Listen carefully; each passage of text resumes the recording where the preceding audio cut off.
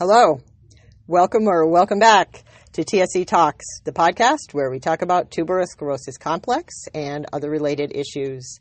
My name is Jill Woodworth, and I am your host here in my recording studio closet, getting ready to talk to you about my next guest. She is Lauren Shores Shillinger, and she is a TSC mom.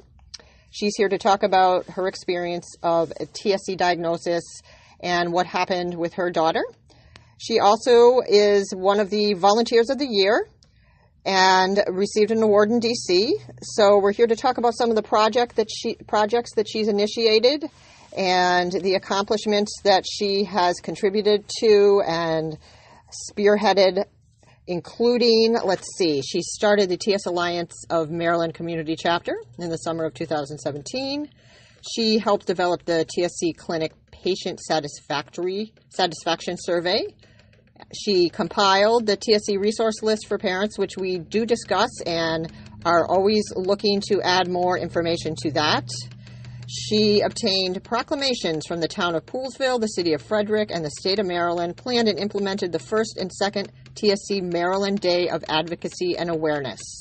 She's chair of the Step Forward to Cure TSC National Walk in DC for 2017, 18, and 19, headed many fundraisers. She also shared her daughter's story through a philanthropic letter that raised over $112,000 for Texas Children's Hospital. There's much more. We don't discuss every single thing that she's done, but we talk about a lot. She's full of enthusiasm and energy, and she keeps a positive attitude despite being very honest about these struggles. Anyways, I enjoyed this discussion thoroughly, and I hope you do as well. I'm going to stop talking. I am going to mention that the podcast TSC Now through the TS Alliance will be starting up May 15th on Global TSC Awareness Day, so stay tuned for that.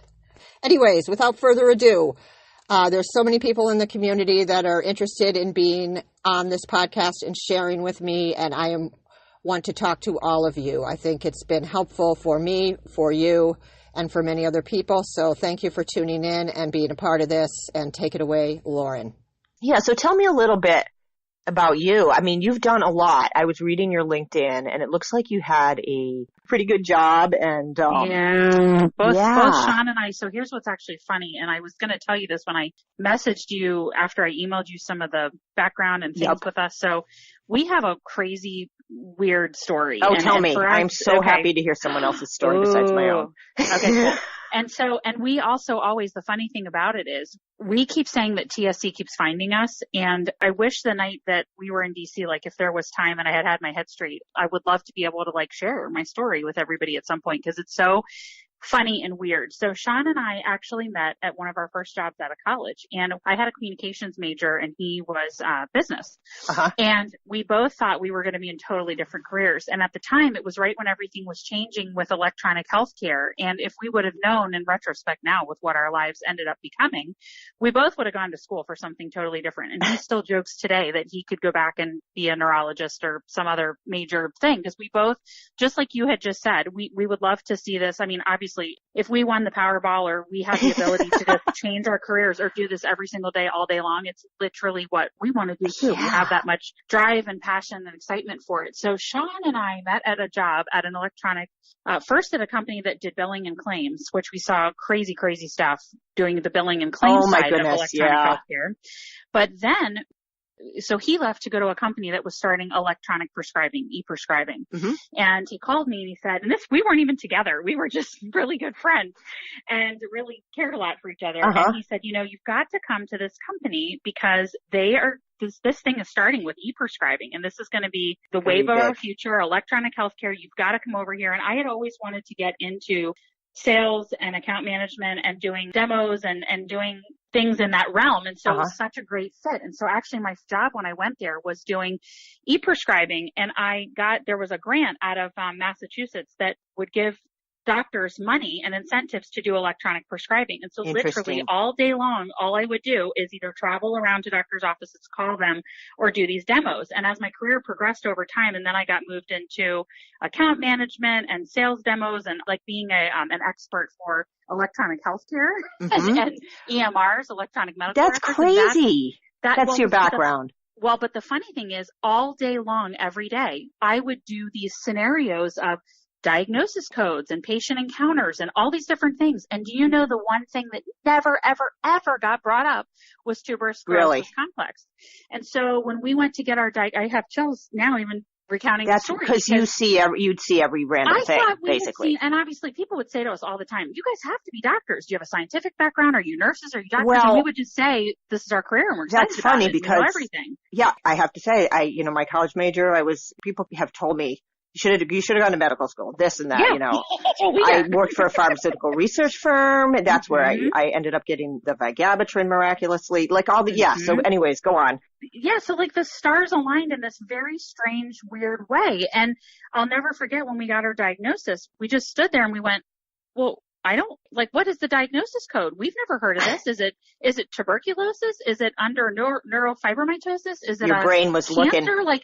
We just were trying to figure out, what are you even saying? And then when they said, oh, and by the way, just on top of you never hearing of this, there's no cure. And the spectrum is so wide that your daughter could have no quality of life or live mildly and not even really realize she has it. And we were just like, what? What do you mean? They said that. Yeah, that was when we got diagnosed. And the only thing they really gave us was a notebook about welcome to the world of epilepsy, and watch this video on giving rectal diastat. Oh, nice. I mean, it was really, that part was, wow. But then we have all these other weird things, like Sean has a weird medical record from when he was a kid where they ruled out tuberous sclerosis complex into the Really? state. No idea why. And this is back in the late 70s, early 80s. Uh-huh. We have, from going to a volunteer event a few years ago with the TS Alliance for one of the soundbite things that they did in DC, we met Sean's second cousins who live in Maryland, and his second cousin has TSC2 and Brynleigh has TSC1. And we're one of the only families in the world that it's like one of, I don't know, maybe 3 to 5 families that they know where there's a line of TSC1 and TSC2, but Sean and I do not have it. I mean, so as far as we know from testing, and nobody else in the family going through the family line with his cousin and with their family. Nobody else. How curious. So it's like lightning. Literally, we have a 5-year-old and a 65-year-old in our family umbrella that has TSC1 and TSC2, both living in Maryland, that we didn't meet until we went to a volunteer thing through the TS Alliance that connected us to our actual family. I mean, and I could literally, Jill, I could tell you so many stories like that you'd just be like, what? Well, everyone I talk to has some part of their story that makes sense, especially in retrospect. Yeah. You're having a light bulb moment, huh. So for Brynleigh, we had a normal pregnancy, normal labor and delivery, everything that we thought was, knock on wood, normal. And when she was about 9.5 months, I started to notice some strange eye movements with her. Okay. And everybody I showed them to I had just listened to Heather's podcast and recently, oh, you're a first time mom, you're just nervous, she's fine, whatever. It's neurological, this and that and all these things. And I just had that gut mom instinct, which I think we all have to follow and pursue. I mean, that is a major message whenever I talk to anybody. Use your cell phone to record anything you think is strange and follow your mommy gut intuition. And I love it that's that just because, when my kids were diagnosed, that wasn't an option. And now it's just beautiful. Yeah. Oh yeah, absolutely. I don't know where we would be before the technology and having the ability to videotape anything that you see. But I took it to our pediatrician who's very, the top pediatrician in where we live in Frederick, Maryland. And he was wonderful. And he did look at it. And he even said, I don't personally see what you're saying.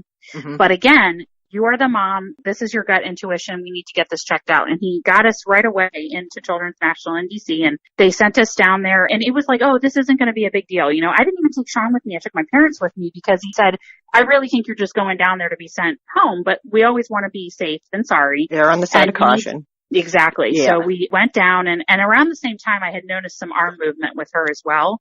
And I had noticed them happening more frequently. So, and then I had this one weekend where got online, and I don't know why I thought I could be a Google and use my own medical background to try to Google all of these things that I had found. Well, of course. And interestingly enough, infantile spasms did come up, which Brynleigh did not end up having, but that was one of the things that I saw, and I was terrified, and of course saw a lot of things about seizures. I did see something come up about TSC amongst many other diagnoses, and I just kept going, click, click, click, close, close, close. It can't be any of these awful things. It just can't be these horrific things that I'm seeing. So I tried to hold that down, but I went down there and they did the EEG, and it was a Friday afternoon, the first week of September. So I think everybody was kind of in, Labor Day mode. Yeah. And I remember the girl's face, and I said, you have to tell me. We've driven like almost 2 hours in traffic to get here. This is my first child. I know something's going on. Because they weren't going to give me the results right then and there. This was just an EEG, outpatient EEG. And she said, I'm not supposed to tell you, but it's abnormal. And I knew right away, something's going on. Well, they sent us home. So in the car, I'm frantically calling my husband and saying, why are we being sent home? This isn't right. We don't know the reason as to why this is abnormal and what's happening. So we called the pediatrician. They told us to turn right back around, go pack your bags. You're going to be there for a day or two. But, some kids can grow out of seizures and epilepsy, but there can also be a root cause, and we need to get to the bottom of it. So we packed our bags. They sent went you back down. Yes. And I remember that. How scary for you guys. Terrifying. Yeah. Absolutely terrifying. And it's hard to relive the story. I know. I am thinking through it, and I always have to go to that little moment. Yeah. Oh, yeah. Because our minds, because of our medical background and our knowledge, my mind is racing. Is this epilepsy? Is this cancer? Is this some rare thing? Is my child dying? What is happening? It's a panic. Yep. Yeah, totally panic stricken. And we go back down and they hook us up, and we were by ourselves because our family ended up everybody, when we went back down, everybody was out of town. So we were just the two of us and our little 9.5-month-old baby. Yep. And so they hooked us up to an EEG, and I remember them coming in and first saying, well, she has epilepsy. She's diagnosed with epilepsy. She has seizures, and we need to watch her for longer and see what's happening. I remember they kept saying just epilepsy, and I kept thinking, just epilepsy? That seems like extremely dramatic of a diagnosis in itself. How'd you slip that in there? Yeah. Yeah, they kept saying just epilepsy. And he goes, but the good news is you're in the best place.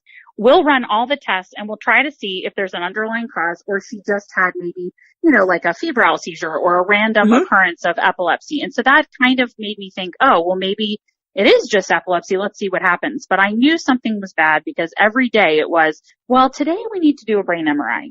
Okay, well, now we need to check her eyes, and we need to check her heart, and we need to check. And I kept thinking, my gosh, Sean, this is strange. Like, why are we getting into multi-system, all-organ checking? That's where we really went 0 to 60. And we kept asking them, could you please give us insight as to what you're thinking? And they said, well, it could be a couple different diagnoses. We really don't like to share with you until we have an answer. So a couple days go by, and they finally come in, and a whole group of them, plus it's a teaching hospital. So you got all the learners. Ones that we've been at our teaching hospitals.